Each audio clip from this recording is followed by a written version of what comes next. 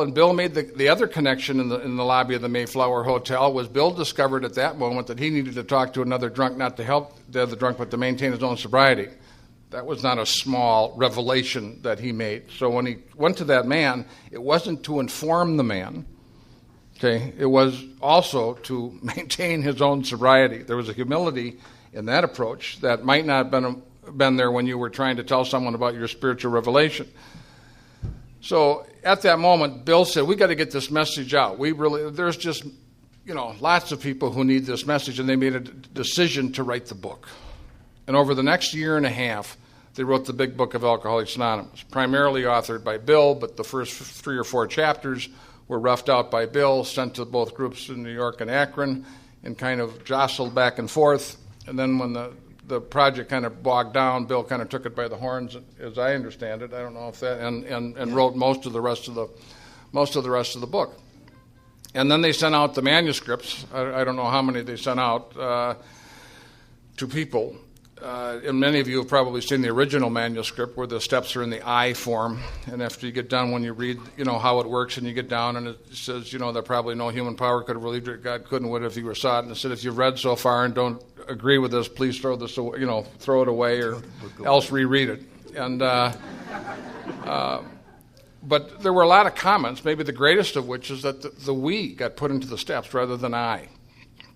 And so here, this book, they didn't have enough money to publish it. They got a loan from Rockefeller and a loan from Bert, the guy who was had the clothing store, and they, got enough money to get the 5,000 volumes of the book, and the publisher kept most of the volumes. They broke free, from some of those. So, and then they had the article in the Cleveland Plain Dealer, and they got, 800, members come in. Then Rockefeller has the dinner, and they give all the books out to the big shots, and they hope they're going to raise money, and they got about $1,500 from those dinners for a number of years that they eventually paid back.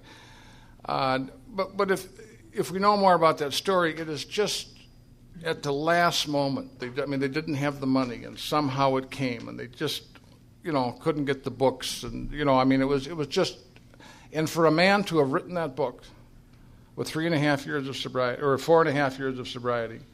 Bill got sober in December 11th, 1934. So I guess, and the book got published in April of 1939. So there was, 5 years between the, mostly with 5 years sobriety, you wouldn't let him cut your yard. And, he has, and here is this guy who, that's a joke. It's not 5 years, maybe 5 months. But here's this guy. I asked the guy to paint my porch, and he came back and after he painted it and said, that wasn't a Porsche, that was a Mercedes.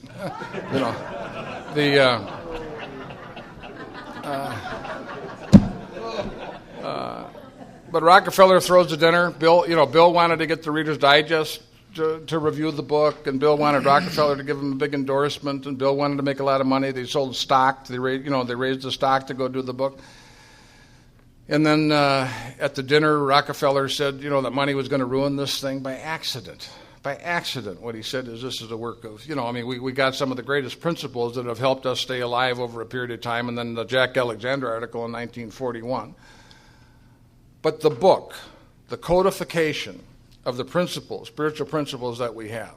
First of all, for a man with 4 years of sobriety to have written a book that has stood the test of time unbelievably well. This is a time when people, specialize in tearing apart things of God. Very difficult. And there is, almost all of us, when we read that book, you might argue with pronouns or think, but you read that book and you just go, oh, yeah. Oh, yeah. It is really, and the nature of spiritual books is that they don't inform. The nature of a spiritual book is when you read it, you have an experience. And that is why it is new when you read it. Because you're not getting information. Your mind isn't engaged. Your soul and your heart is engaged. And when that's engaged, it's always new. So when you read the book and you happen to be really plugged into it. But what happened to our society is from the April of 1934, when the book, 39, when the book was written, to March of 41, we went from 100 people to 8,000. And that's what made that possible. There would have been no other way we could have kick-started our society without having the book. And they really thought that you could send people the book, they'd read the book, they'd have the experience, and they themselves, they never really thought that we were going to be necessarily in the form that we are today. But you can just see, to me, the hand of God everywhere in our fellowship. One of the great differences that I see today is our society is very different today in 2004 than it was in 1934. You could talk about things that were spiritual. You could talk about things that were religious. People expected them. They were normal. There was general agreement about the principles and values of that sort of thing. You might argue about, which particular branch that you should do, but by and large, most people were churched. Today, we can't have a cross and a state seal. We can't have the commandments out in front of a state capitol. Okay, so, we are at a society today that is very different than the society. We are the cult of self. We are the cult of individual. We do not, so there's just a lot of us today that are not churched, that are given all the encouragement by our society. Poor baby, you're suffering. Things shouldn't be tough. Go take a pill. We'll get you something, calm down. It'll be okay. And you should need the answer now, immediate gratification. And then we have all these wonderful gambling casinos and porn on the internet and credit cards being mailed to you. There's a vortex and a wind blowing out there today. There's always been issues. But I really believe that our society today has somewhat the form of addiction that actually pushes us to instability. When our society, Alcoholics Anonymous, was founded, I believe society supported stability.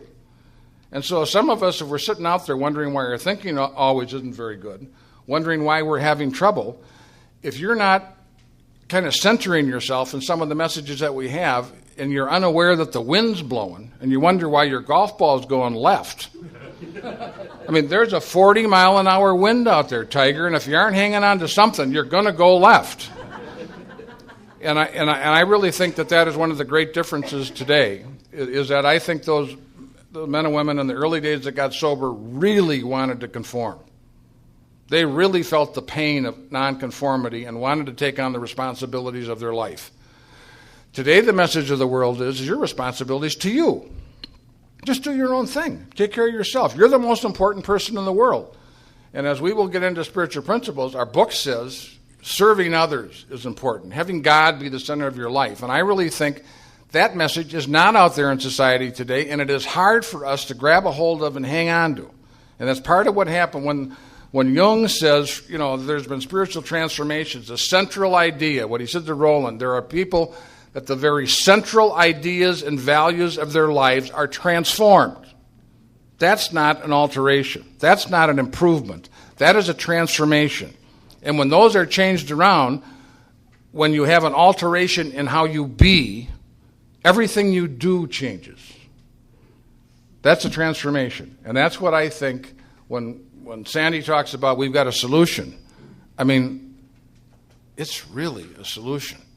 It is a change of heart, as they talk about in the chapter Working for Others. It is a change of heart, and that's what we're looking for. It doesn't have, it needs to be encouraged. And I think our book, the history of how our book came to be, and the role that our book has played over a period of time is one of the great stories and God stories in AA.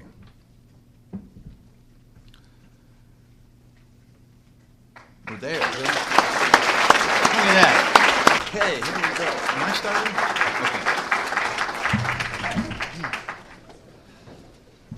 Okay. Well, that was a nice break. I got some good snacks and coffee, and we're ready to go again. And I think we decided last night, I don't know how I get to have to start, but Bob talked me into that. To try and describe the solution, because that is an interesting word, the solution. And so I thought I'd start by telling you a story And it's about a guy named Joe. And he's about 30 years old. And ever since he was born, he has felt not right in his skin. And he's just filled with anxiety. He's afraid of things. He doesn't feel the same as anybody. He just doesn't fit in anywhere, not in his family and society.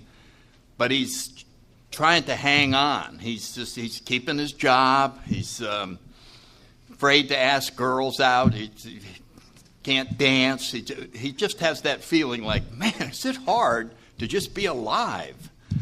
And as that burden of being so uncomfortable in his own skin got greater and greater, by the time you're 30, if you've just been handling this all your life, you're just almost desperate. And sometimes the idea of maybe I should just jump off a bridge or something. And he's talking to his friend, and he said, I know a guy named Ralph. I don't know why, but something tells me to talk to this. You ought to talk to him. I want you to get together with him. And so he goes over and sees Ralph, and they're sitting in the kitchen at Ralph's place, and Ralph is going, now tell me about yourself. And he told him about him. He said, oh, man. He said, that's me. He said, I was just like that. And he said, there is a solution to this. He said, have you ever tried drinking? And he said, no, my parents were teetotalers, and they told me when I was a little boy that if I ever drank, my hair would fall out, I would go blind. Masturbation. Yeah. That no one would ever talk to me again, and it would be the end of the world, and so I don't know. I'm not interested in that. And he reached under the table, and he took out a bottle of scotch, and he put it on the table, and he said, I'm telling you right now, there is a solution, and it's right here. He said, for about 90% of the people in this country, when they drink, it's just another event. It's just like having a donut. It's not a major thing. But he said there's 10% of us that have something happen when we drink that is absolutely remarkable. And the guy's going, oh, come on. What are you talking about? He said, the type of problem that you have, the only way out of it is to have an awakening. There's no other way for you to achieve this. You're trying to go through life on your own. You're being overpowered by life. And what you need is something bigger than yourself. And I'm telling you, it's here. So what you need to do is to get rid of those old ideas. You thought those ideas up when you were a kid. And you're a grown-up now. You've got to rethink these things. I need you to get an open mind. I want you to try this. And he's going, no, I'm not going to do that. That stuff, I know my parents told me that, and I'm not going to do that, and I'm not interested. And he said, well, let me read something out of here about what an awakening is, and maybe this will help you with your thoughts. It says, when you have an awakening, the most important meaning is that you will now be able to do, feel, and believe that which you could not believe before on your unaided strength and resources alone. You will be granted a gift which amounts to a new state of consciousness and being. You will be set on a path which will tell you you're really going somewhere. That life is not a dead end. Not something to be endured or mastered. In a very real sense, you will be transformed because you will have laid hold of a source of strength which in one way or another you have hitherto denied yourself.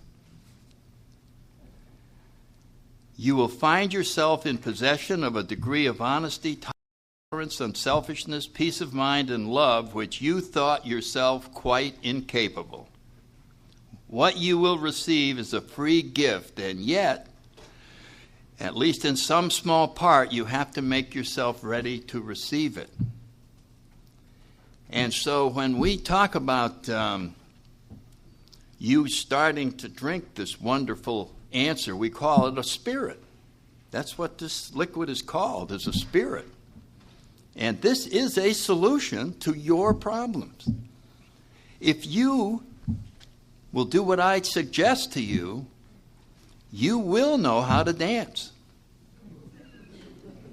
You will not be afraid to ask girls out. As a matter of fact, I'm going to tell you something. If you start drinking this bottle of scotch, you will be amazed before you're halfway through.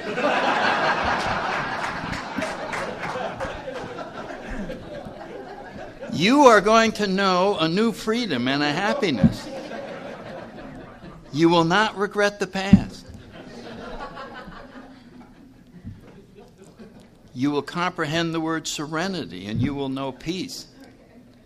And the guy's looking at the bottle, and he's just going, what? I'm not through. You will intuitively know how to handle everything.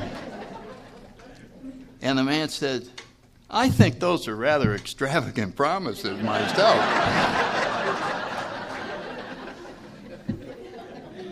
And he said, no, they're not.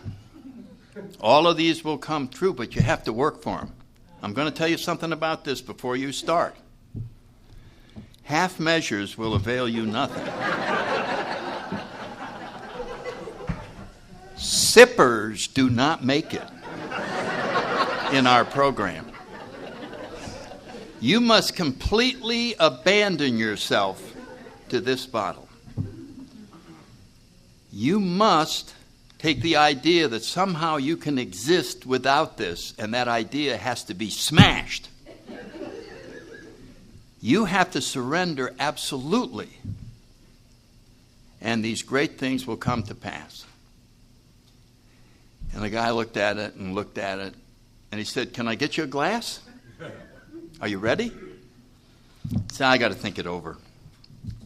I got to think it over. I got to think it over. I don't want to rush into something like that. And he said, well, I'll tell you what, here's my card. If you ever get desperate enough, give me a call. So he went back out and got in the car with his friend. He said, how'd it go? He said, that guy is weird. I mean, you're not going to believe. You know what he told me? He said, we would be walking hand in hand with the spirit of the universe. That I would be on a path to, he said, it's way too wild. It's impossible. There's nothing like that could happen. I mean, that's just out of the question. And so he went home and he went on with his life. And for the rest of his life, he stayed anxious. He stayed afraid. He endured the pain of living on his own and staying with his old ideas. He just endured it. And finally, at age 60, he was ready to die. And his wife was by his side. And she saw him drift off. And then when he came back, she said, where were you? She said, I was just thinking about that time I sat with that guy about 30 years ago. He said, I wonder if my life would have been any different had I taken that drink. And then he died. And so we go, now what's the point of that story? Well, we come in here and we're told about this thing. We're told this great story. We're told about this incredible solution.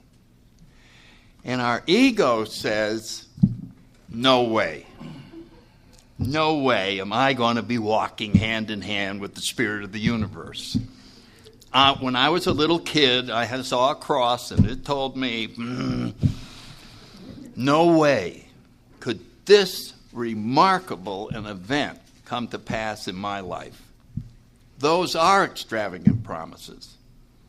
I mean, What are we talking about here of that magnitude of an awakening and a contact and a transformation?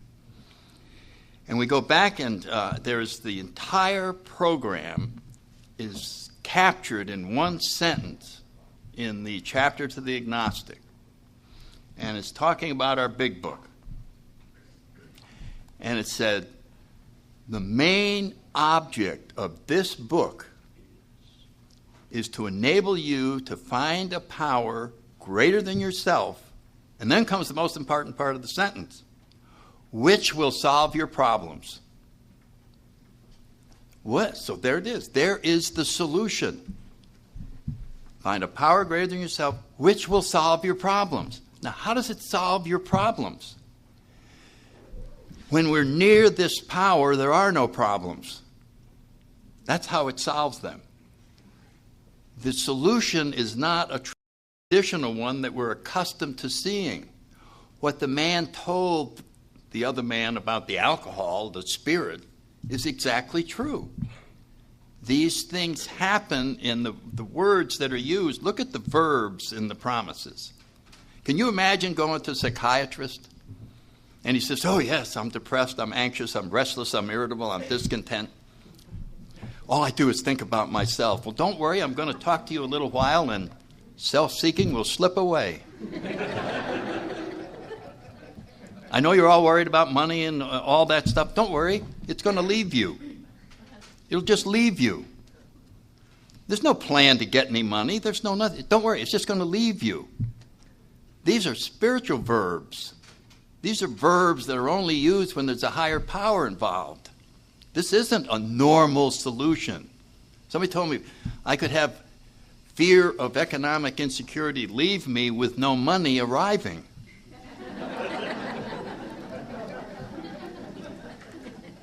That doesn't seem possible, does it? That is beyond the realm. So when it says, finding a power greater than ourselves which will solve our problems, this is what is happening. We actually are placed in a position of neutrality. The problem doesn't exist for us. It simply doesn't exist as long as we maintain our spiritual condition. So the entire solution is the spiritual condition. It is the solution itself. It's the answer to everything. Before we came to AA, we had one solution to everything. Do you ever remember drinking and, having a problem and go, oh, here's a problem I won't be drinking over. I'll be handling this one sober. No. The first thing we did when a problem came was, I don't know what to do, but I will shortly. Oh, yeah, boom, boom. We intuitively knew how to handle something that was baffling us 10 minutes ago.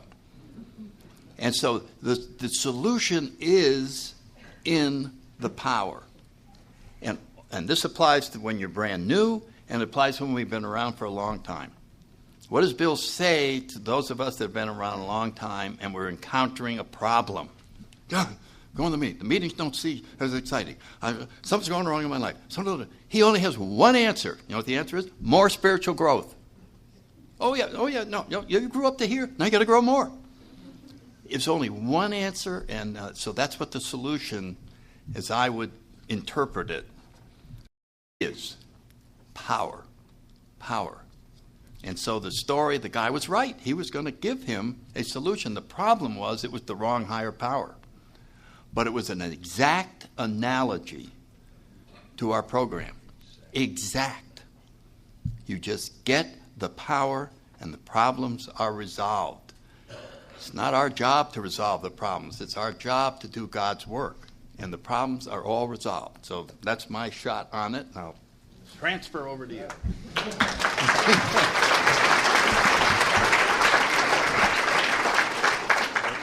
And now Norm Cosby will... your analogies and word pictures are just extraordinary. They just are extraordinary. Isn't that wonderful? Why do we have so much trouble? I mean, if there is that solution, why are we sitting out in this room with divorce problems and health issues, and depression, and checking accounts $500 overdrawn, $35,000 in credit card bills, kids at home that we aren't quite sure what to do with? And why do we have those problems if we have the solution? And I think that that's one of the great questions. I think a lot of us disempower ourselves. I can tell you only from my own experience. It is my experience from my own actions and living of my life, and my experience from watching people that I've had the privilege to sponsor, is I think most of us come into Alcoholics Anonymous and we have a surrender experience of whatever depth we have. Some of them are profound, some of them are not quite so profound and they deepen later. Some of them are not quite so profound and they never deepen. We have a surrender experience, and many of us, for the first couple of years of our sobriety, go through an enormous growth process. I don't think anybody can walk in here initially and hold what Sandy just said. It's too big. I mean, it is, they might hear it in their heart, but, which is where we would hear that anyways, not our heads. But, I mean, it's so big that you almost don't get it. I think most of us come in here and we have a plan. My sponsor used to jokingly say, what I wanted was $10,000 and a new wife, okay? But most of us come in and we have a list of problems that if we resolve those issues, that would be really terrific. If I really got a career going, if I straightened out things at home, or, there's a list that if we could do those, life would really be okay. And interestingly enough, most of us make very significant progress with those things over the first few years of our sobriety. What you find out is the same thing that most of us find out that are older, is that circumstantial resolution does not bring us the peace and happiness that we thought it would. The midlife crisis, what is the midlife crisis? When you get to be, I'm 60, almost 61, it's being 61 and realizing you're not going to climb the mountains that you thought you were going to climb. You're not going to be the president of this, or, And the other thing is that the mountains you have climbed didn't make it for you. And so you do end up with the question, what is it all about? If I'm not going to be able to become what I thought I had to become to be okay, and what I've done isn't enough, what the hell is okay? What is it about, Alfie? And I think that most of us in our early middle sobriety run into a crisis. I think that we go through the enormous growth change and burst of energy in our very early sobriety. That activity and the fellowship and the grace that goes along with that. Many of us have a honeymoon period after the surrender where we just have this learning period where we're just like little sponges and we suck up, we ask a question, we get an answer, we got an answer. But all of a sudden you're 2 years sober, you ask a question and get an answer, you're not sure the person's right. You're home. I mean, you're not, your ego starts to reassert itself and all of a sudden you're running and I think what most of us do, most of us are sitting in this audience that we could pass the test. We've got the booby prize. All of us have the answer. But we don't have the solution. We've got the information, but we don't have the principle alive. We don't know it in a way that makes a difference. We know it, but we don't know it in a way that makes a difference. And there you have to, I think, know it with your heart. You have to engage at a level that is deeper. Your intellect isn't enough. It's like bringing a knife to a gunfight. It is not enough. The choices that I think we continuously run up in life is you got a choice. Chamberlain used to say you can have a God-centered life and suffer the consequences, or a self-centered life and suffer the consequences. You're either going to have your ego and intellect running the show, or you're going to be God-centered. Those are the choices. Now, when they're God-centered, the intellect's involved, it's just a junior partner. But when the ego is running the show, your mind is in charge of everything. Isn't that a thought? Okay. Now, for those of you who have tried to meditate in this room, if you ever have tried to quiet your mind, you're going to find out something. Number one, you don't generate your thoughts. They just are like trains going through Grand Central Station. They arrive without any volition, without any choice. Once in a while, one has Velcro on it, and you engage it, and but that's true. And you aren't even a thinker, which most of us identify as a thinker. Most of us identify as a set of circumstances. We don't have the distinction between our life and our life circumstances. Most of what is weighing us down in the room is not our life. It's not who we are. It's the circumstances of our life. That's not who we are. The circumstances are not what's eating us up. The fact that we're separated from ourselves, from our true self, not the false self, from our true self. And that's what the program gets us connected with. When it gets us connected with the spirit of the universe, it brings us home. The process of recovery is a process of returning home. It isn't becoming someone else. It's becoming who you always have been and have not known. It is that, oh yeah. It is that those moments that all of us have experienced in the meetings and in conversations with other people, those little glimpses that, yeah, I can do that. I mean, it is so hard, but most of us, the encouragement in the world today is to use your mind and to use your head and to be self-centered, and that the answer is out there. And most of us are this detached head going about life, and we bring the movie with us. We're not experiencing life. We're bringing us wherever we go, and we've got the film running all the time. And it's just a mind stream. When a new person comes over to your house and you ask them how they are and they babble out what they are concerned about. It is just like they put their mind on loudspeaker. It is just like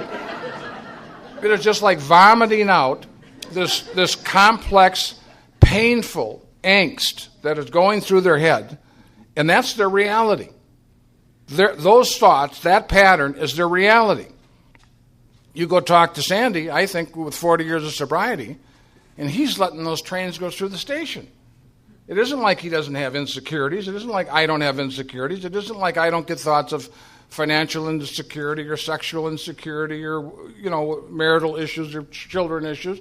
I get those, but they are not my life.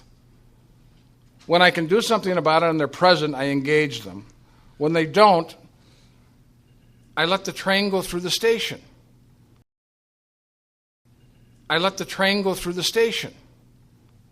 Well, most of us have the back door closed. We just accumulate them, and that is our reality. Okay, you can't have a God-centered life with that head. If that is your reality, you cannot have the experience, to me, of the solution. You can memorize the words. That's the menu. People will starve to death who memorize the menu. Some people are trying to eat the menu. You laugh, but I'm telling you that's what a lot of us in alcohol, we're desperate. You don't think you'd try to eat the menu? You don't think you'd try to memorize the words? It is, but the words point. The words point to God. They point to the power. They point to the changes that we have to make. And it's almost as if when you go to have the experience, the words drop away. And what is left is the experience. And that is the thing. And where are you going to get that message? You're not going to get it in the world. And where do you spend, if you are what you fill yourself full of? What are you filling yourself full of? I'm not trying to make you shave your head and sell books at the airport, but if you don't have a significant interaction in Alcoholics Anonymous with the book and meetings and the steps and your sponsor, if you don't have a significant anchoring, what are you filling yourself full of? Well, I assume it's work and television and, whatever other hobbies we have, gambling, sex, obesity, whatever else we happen to be running at the moment. But, all of us have a kind of a specialty that we, got locked out in the garage. And how'd you know? But if you're wondering why, if we really have the solution and it's that easy, most of us can't hear the music. And most of us can't hear the music because we memorize the words and we have the concepts, but we're not having the experience. And I'm telling you, he's not kidding and I'm not kidding when I say there is a solution. There is a way around and through whatever pain, whatever difficulty, whatever circumstances you're dealing with. They mostly are an illusion. And that when you get in touch with your core self, when you come home, I mean, it's the silliest thing in the world. You're not missing anything. There's nothing missing. You're not under-equipped. I mean, you didn't miss 2 or 3 lines when they sent you down here to live your life, like you don't have the right intellect or the right pieces. There's 6 trillion cells in your body right now doing millions of examinations to send calcium here and grow this there. And you are such a wonder, you would have absolutely no idea what a wonder you are, what a success mechanism you are. You're not missing anything in the business of being able to live your life. You're just detoured. We're stuck in a place, and we're trying to get our minds to resolve the issue to get us out. The answer is surrender. And, how do you surrender? I mean, that's a hell of a question. Every time someone comes over to your house, the answer is to surrender. I think sometimes the older guys who can sit someone down and have a conversation and help create a clearing. When you said you go over to Sandy's and you talk to them about a problem and you almost always leave without the problem, I think what happens is they create a clearing.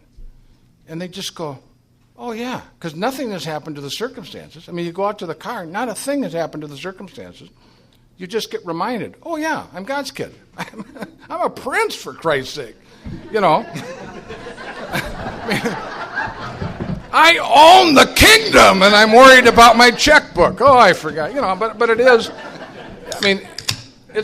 it is extraordinary. So I'll give it back to Sandy. Well,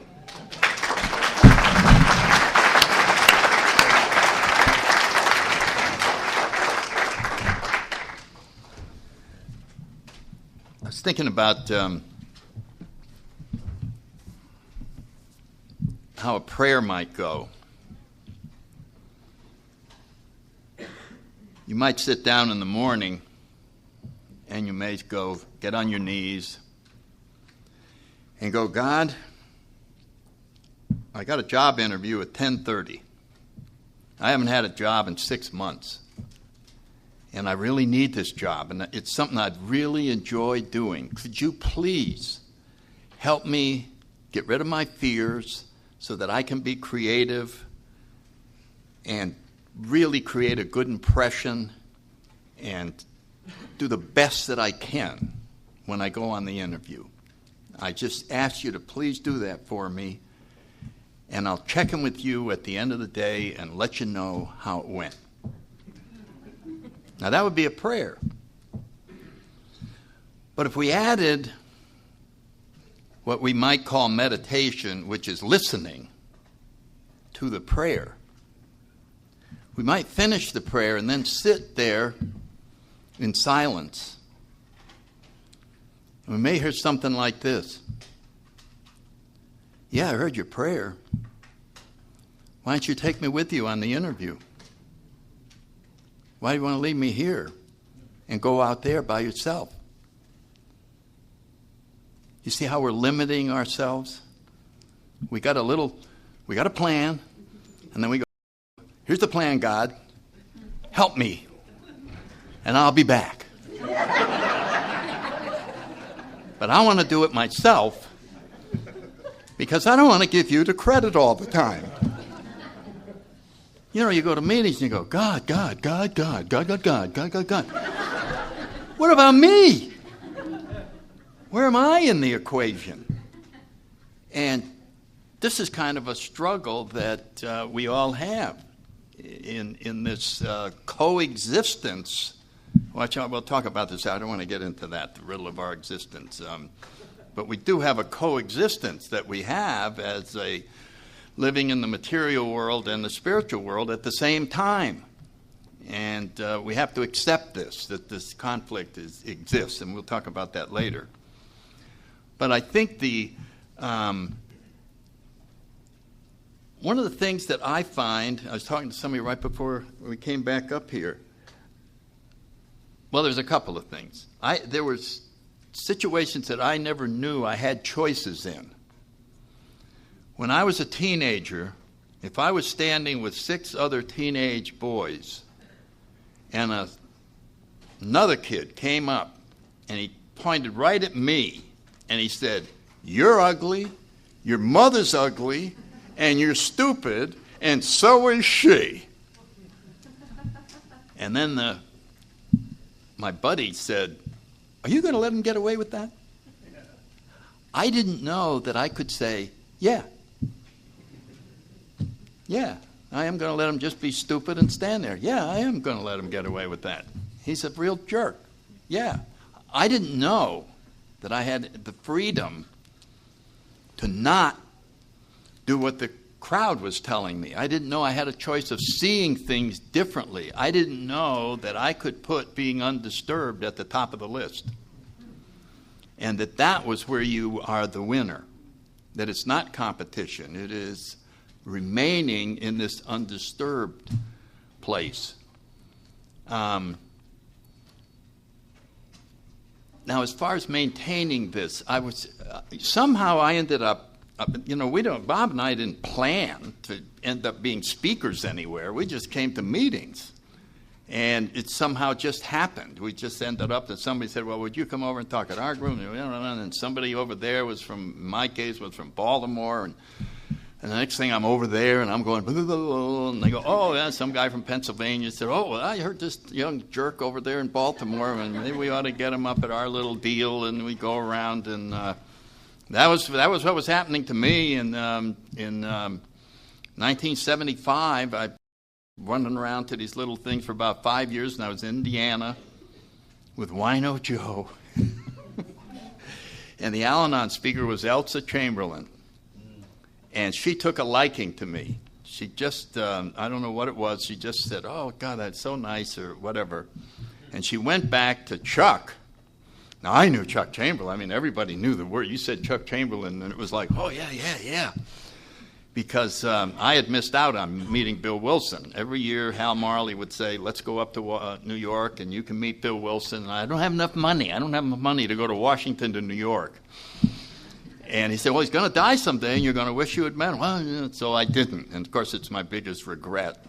But Chuck Chamberlain then kind of jumped into the AA guru. So anyway, Elsa Chamberlain went back, and I didn't know this, but she went back and said to him, "I want you to ask Sandy Beach to talk at the Palm Springs Roundup," which is where Drop the Rock came from. And Chuck said, "Who?" "Oh, it's this guy I heard back there, and he's from Washington." "Well, give me a tape." "Well, he doesn't have any tapes. There's anything like that." "Well, I'm not inviting him out to the Palm Springs Roundup and without that." And she said, "Well, you'll be sleeping alone." And so I'm sitting at home in Virginia, right outside of Washington. The phone rings, and I answer it, and he says, "Is this Sandy B?" "Yeah, this is Chuck Chamberlain." And I went, Yes. And all he said was, "My wife told me I have to invite you to the Palm Springs Roundup." So anyway, I went out there, and so all these things happen, and I sponsor all kinds of people, and I'm doing all that, and I said, "How did I get into this, and what the heck is all this?" And I was telling Bob, I finally realized what I've been asked to do. And if I were to encapsulate what my job is, it's the best job in the world. I've been assigned the job of going to all kinds of places and seeing all kinds of people to tell them the good news. That's my job, is to be the bearer of good news. And as I tell it, I believe it. This is why sponsorship is so important, because my mind is telling me all kinds of things about there's better things in AA, that this is, this book, it's so simple, you can improve on this, you could be doing that, but I can't say that to the new guy, and I can't say that at a convention. I have to stay with the message.